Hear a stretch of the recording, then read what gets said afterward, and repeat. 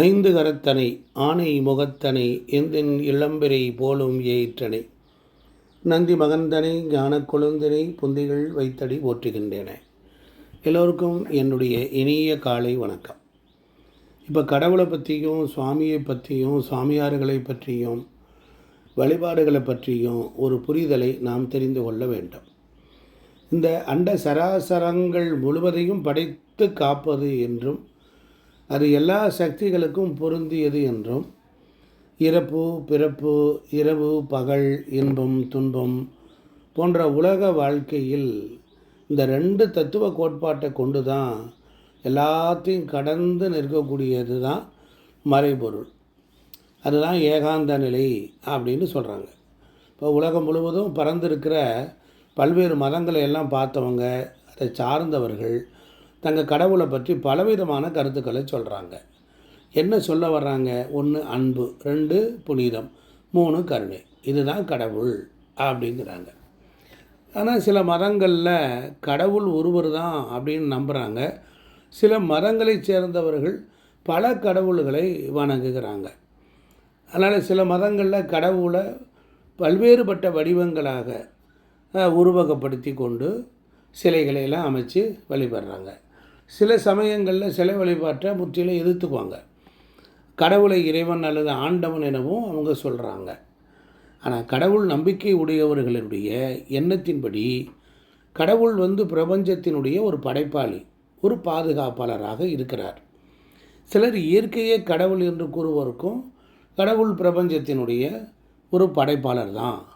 இது சித்தர்களுடைய கூற்றாக இருக்கிறது. ஆனால் பிரபஞ்சத்தை காப்பவராக இல்லை கடவுள் அனைத்திலும் உள்ளவராக இருக்கிறார் அப்படின்னு ஒரு சிலர் கோட்பாடு. அப்போ கடவுள் தான் பிரபஞ்சம். நாத்திகத்தில் கூட கடவுள் இருக்கிறார் என்று நம்பப்படுவதில்லை. கடவுள் தெரியாதவராகவோ அல்லது அறிய முடியாதவராகவோ சிலர் கருதப்படுறாங்க. பல தத்துவாதிகள்லாம் கடவுளுடைய இருப்பிற்கும் இல்லையில் எதிராகவும் வாதங்களை எல்லாம் வைக்கிறாங்கங்கிறத நாம் எல்லோரும் அன்றாட வாழ்க்கையில் பார்க்க முடியுது. ஆனால் என்னுடைய கருத்து என்ன அப்படின்னா, கடவுளை அறிவதற்கான வழியில் மனித ஆன்மா கடந்து செல்லும் வெவ்வேறு விதமான படிகள், அதை தான் ஒவ்வொரு மதமும் சொல்லுது. ஒவ்வொரு படி ஸ்டெப் பை ஸ்டெப்பாக போகிறோம். அப்போ எந்த படியும் அபாயமோ தீமையானதோ இல்லாமல் அது வளர்வதற்கு மறுத்து அந்த முன்னேறாமல் அது என்னாகும், ஒரு இடத்துல நின்று போய்டும். அப்போ மதம் அபாயமானது அப்படின்னு சுவாமி விவேகானந்தர் சொல்கிறார். அப்போ மதம் மனிதன் இப்படிப்பட்ட நிலையில் கடவுள் நிலை அடைவதற்கான வழியினை வாழ்ந்து காட்டி இருக்கிறாங்க நம்ம பெரியவங்க. அதை பற்றி பார்ப்போம்.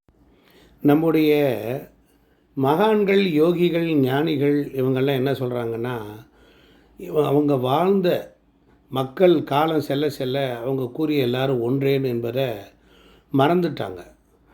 ஒருத்தர்கிட்ட ஒருத்தர் வேறுபடுத்தி தான் என்ற யூகம் நிறைய வந்துருச்சு. இன்றைக்கி தெய்வம் என்பது யார், ஆண்டவன் யார், சாமி என்பவன் யார், இறைவன் என்பது யார் என்ற பகுத்தாய்வுக்கு யாரும் தயாராக இல்லை. யாருக்கும் அர்த்தம் தெரியல. எல்லாமே ஒரு வட்டத்துக்குள்ளே நின்றுச்சு.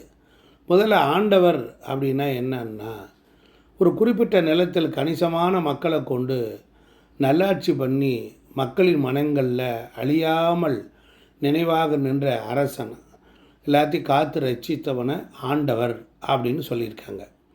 மக்களை நல்வழிப்படுத்தி ஆண்டவன் என்ற பெயரில் அந்தந்த மன்னர்கள் மறைவுக்கு பிறகு அவங்கள போற்றி துதித்து வளர்த்தி வந்த நிலத்து மக்கள் அது ஆண்டவர்னு சொல்லிட்டாங்க. சரி, இப்போ அதுக்கு நம்ம சேர சோழ பாண்டிய வம்சாவளியை சேர்ந்த முருகன், ராவணன், ராமன், கிருஷ்ணன், பாரதராஜன் இதெல்லாமே ஆண்டவர்கள் ஆவாங்க. முருகனை கூட பழனி ஆண்டவர்னு சொல்கிறத நம்ம மனசில் வச்சுக்கணும். ஒன்று. அடுத்து பாருங்கள், சாமி அல்லது சாமியார் அப்படின்னா என்ன? இப்போ சா அப்படின்னா நீண்டன்னு அர்த்தம், மீனா மயிருன்னு அர்த்தம். நீண்ட மயிரை உடையவர், மலிக்காமல் தலைமுடியையும் தாடி முடியையும் மலிக்காமல் உள்ளாத முகமுடையவர்கள். இவர்கள் சித்தர்களுக்கும் யோகிகளுக்கும் இடைப்பட்டுள்ள நிலையில் இருக்கக்கூடிய ஆன்மீகவாதிகள் அப்படின்னு சொல்கிறாங்க. இறை என்பதை மேலே நம்ம ஏற்கனவே தெளிவாக சொல்லிட்டோம். அடுத்தாப்புல பார்த்தா கடவுள் மனிதனாக முடியாது, ஆனால் மனிதன் கடவுளாக முடியும். இதுதான் என்னுடைய சித்தாந்தம். எப்படி கடவுள் மனிதனாக முடியாது, மனிதன் கடவுளாக முடியும். அப்போ இது ஒரு தாட்ஸ் ஆஃப் ஸ்கூல். ஒரு மனிதன் யோக நிலையில் தியானம் செய்து படிநிலையை தாண்டி சமாதி என்ற 8ஆம் நிலையை எட்டும்போது தான் அவரின் ஜீவாத்மா ஊன் உடலை எல்லாம் உதிர்த்து விட்டு பரத்தோடு காலத்தோடு என்றும் அழியாத நிலையாக மாறிவிடும். அதுதான் கடவுளுடைய நிலை. ஆனால் சிலை வழிபாடுகள் பல நோக்கங்களில் வழிபாட்டில் இருக்குது. சிலது நினைவு சின்னமாக இருக்குது, சிலது தத்துவ உருவமாக இருக்குது, சிலது நம்பிக்கையின் தொடர்ச்சியாக இருக்குது. அப்போ கடவுளை கண்ணுக்கு தெரியாது, அப்போ நம்முடைய ஊனும் கண்ணுக்கு தெரியாது, அப்போ எதுவும் கடவுள் கிடையாதுங்கிறது ஒரு சிலவர் இப்படி எடுத்துக்கிட்டு போகிறாங்க. ஆனால் உலகில் எல்லா ஜீவராசிகளுக்கும் பொதுவானது ஒன்று தான். ஒரு சாதிக்கு ஒரு மதத்திற்கு ஏழை பணக்காரன் என்று கடவுள் தனித்தனியாக பாரபட்சமின்றி வேலையை செய்ய மாட்டார். அது பஞ்சபூத தத்துவம். அதனால் இதெல்லாம் நாம் புரிந்து கொண்டு நாம் நிதர்சனமான ஆனந்தமாக அமைதியாக வாழ பழகிவிட்டால் கடவுள் நம் மடியில் அமர்ந்து விடுகிறார். ஏன், நீங்கள் எப்பொழுதெல்லாம் ஆனந்தமாக அமைதியாக பிற உயிருக்கு தீங்கு விளைவிக்காமல் இருக்கிறீர்களோ அப்பொழுது கடவுள் உங்கள் பக்கம் என்று சொல்லி நற்பவி நற்பவி நற்பவி நற்பவி என்னாலும் நல்லதே நினைப்போம், நல்லதே உண்போம், நல்லதே பேசுவோம், காலத்தால் வாழ்வோம், வாழ்ந்து காட்டுவோம், பிறருக்கு உதவிகரமாக இருப்போம்.